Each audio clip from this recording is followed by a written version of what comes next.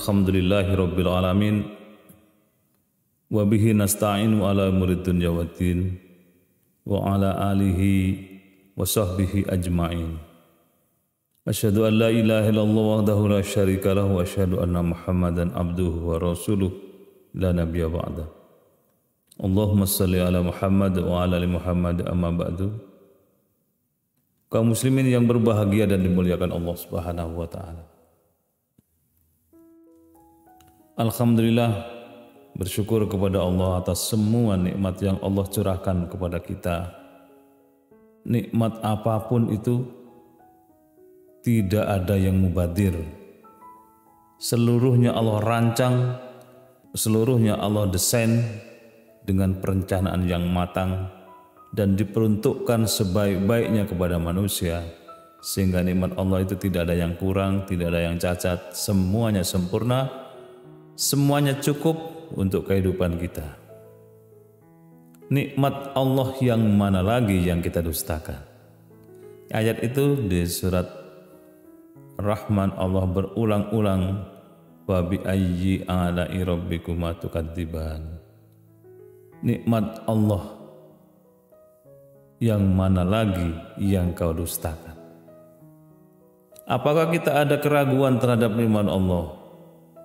Apa kapasitas kita untuk meragukannya?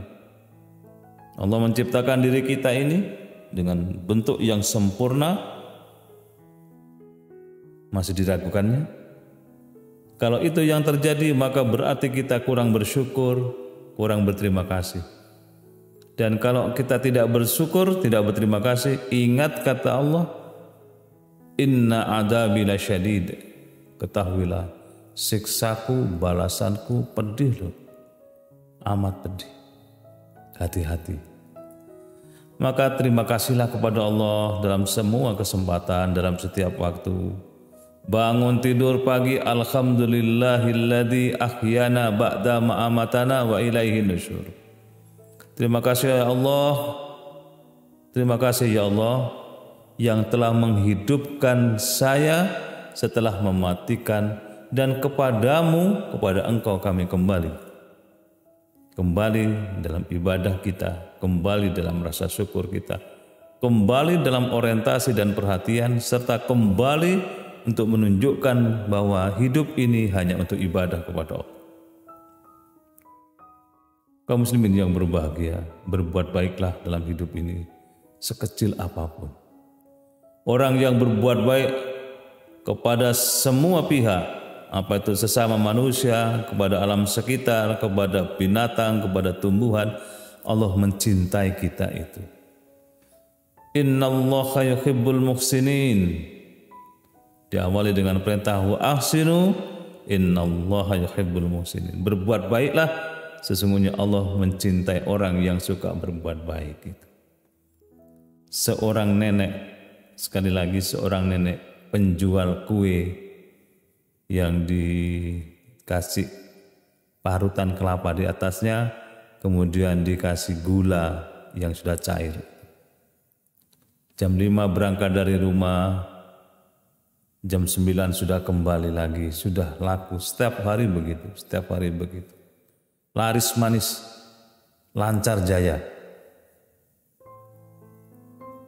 Anehnya si nenek itu tadi, setiap kali ada orang yang membeli dagangannya, begitu selesai melayani, diteteskan satu titik air gula itu, tis.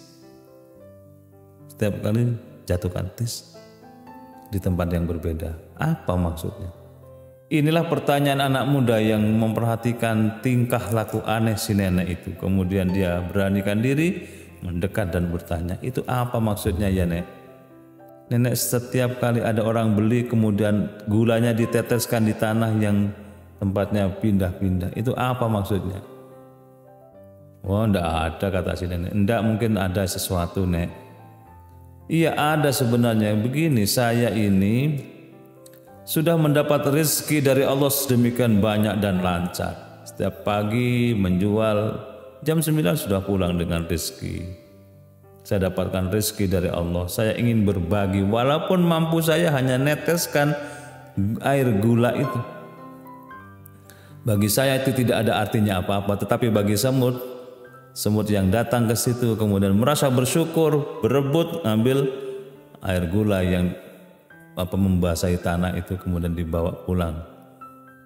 Si semut itu senang, berterima kasih kepada Allah atas apa yang saya lakukan itu. Bagi kita mungkin tidak seberapa, tapi bagi perutnya si semut itu bermakna. Puluhan semut yang berebut datang setiap tetesan gula yang saya taruh di tanah. Dan ini sudah 20 tahun saya lakukan. Ternyata Allah meridhoi saya, jualan saya senantiasa laris, rezeki Allah mengalir lancar kepada saya. Sekedar memberikan setetes air gula kepada semut, apa sih nilainya? Kaum muslimin yang berbahagia dan dimuliakan Allah Subhanahu wa taala. Bagi kita memang ini aneh.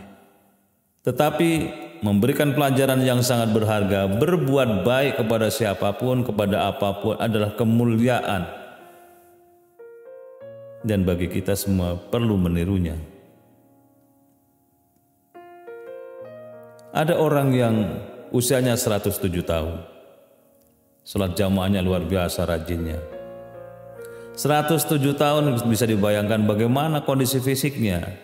Kita saja yang 60, 70 sudah merasakan betapa banyak yang mulai rapuh, berdiri susah, berjalan capek, nafas ngos-ngosan, bicara dengan orang sudah mulai malas, pendengaran berkurang, pandangan juga sudah mulai rabun. Banyak hal yang dirasakan ketika seseorang berumur 70-80 tahun.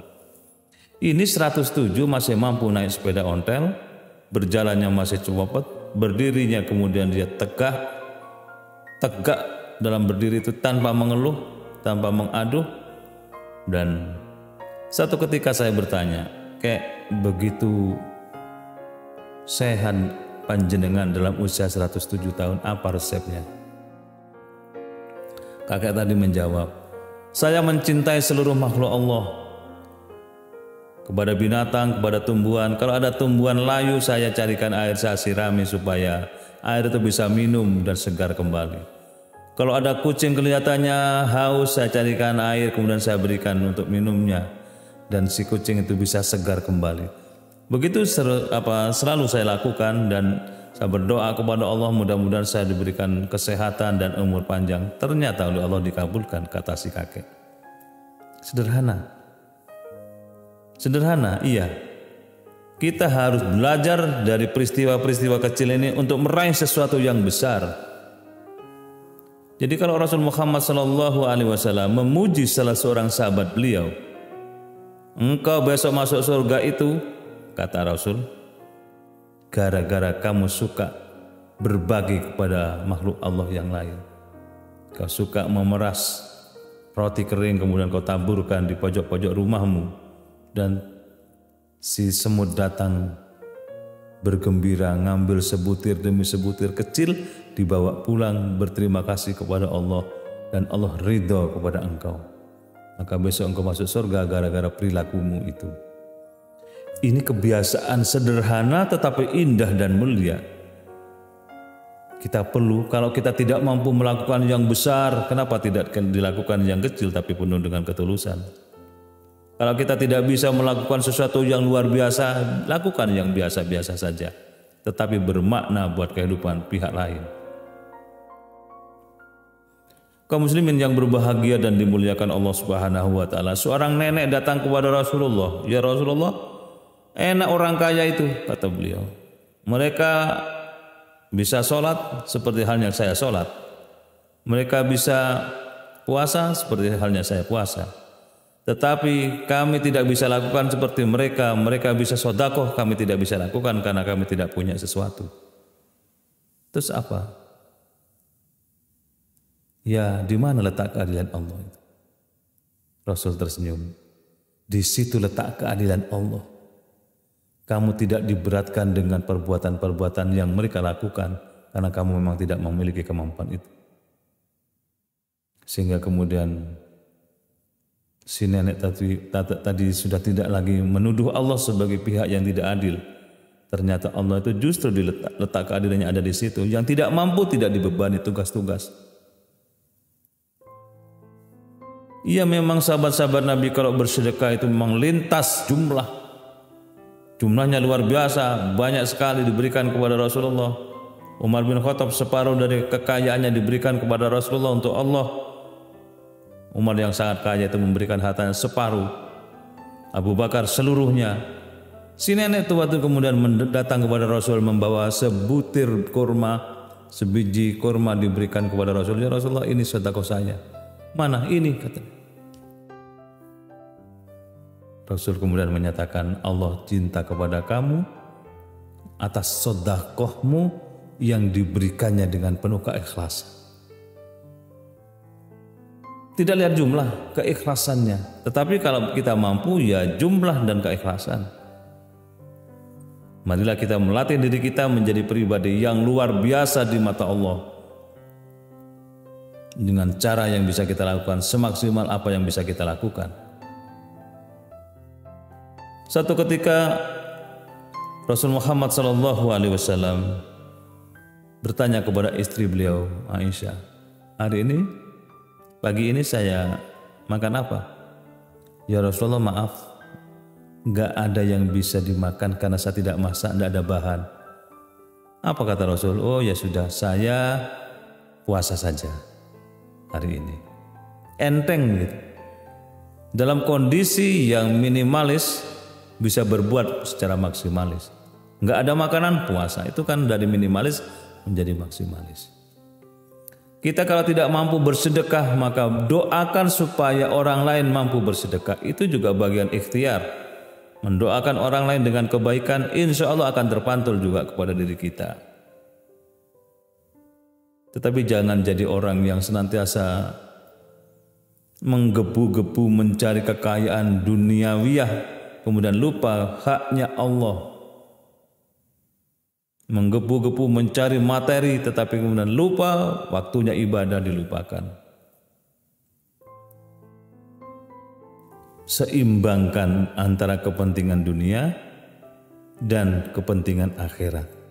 Seimbangkan antara materi dan rohani. Karena diri kita, badan kita terdiri dari dua unsur, jasad dan ruh.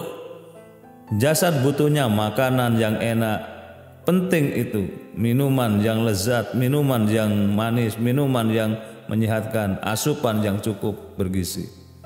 Fisik, makanan yang lezat, makanan yang disenangi oleh fisik kita. Tetapi jangan lupa, jangan hanya fisik yang kita perhatikan, rohaninya juga harus dicukupi dengan zikrullah, dengan membaca sholawat kepada Rasulullah, dengan zikrul maut, dengan baca Quran, dengan ibadah, dengan sholat dan sebagainya. Ruh kita akan semakin merasa puas. Dan rohani kita kalau puas, kebahagiaan akan terpantul dari wajah kita. Maka orang yang sholat tahajud malam hari, paginya coba lihat, wajahnya ceria, wajahnya penuh dengan cahaya kebenaran agama, yang orang lain heran kenapa orang itu kelihatan bahagia walaupun ekonominya pas-pasan. Ya karena dekat kepada Allah, mau bersyukur dan berterima kasih, mau menerima kenyataan hidup apapun kondisinya. Kalau ada orang di rumah, di balik gedung yang tinggi, besar dan menjulang, masih ada pertengkaran di dalam rumah itu. Ada marah-marah, ada sumpah serapah. Tapi di balik rumah itu ada satu jembatan, yang di bawah jembatan itu, di bawah kolong jembatan, ada orang yang tidak punya rumah. Tidur bersama keluarganya di situ, masih ada kejar-kejaran, gelak tawa, ada senyum. Kebahagiaan masih ada terpancar dari wajahnya. Kenapa? Orang yang tidur di bawah kolong jembatan itu mungkin hatinya bisa menerima kenyataan yang dialaminya, yang menurut kacamata orang lain dalam keadaan minimal, tapi dia merasa sudah cukup dengan itu. Seorang kiai tanya kepada para wanita penghibur di sebuah kompleks pelacuran, siapa di antara kalian yang beragama Islam? 90% acungkan tangan. Siapa di antara kalian yang hafal doa-doa sholat?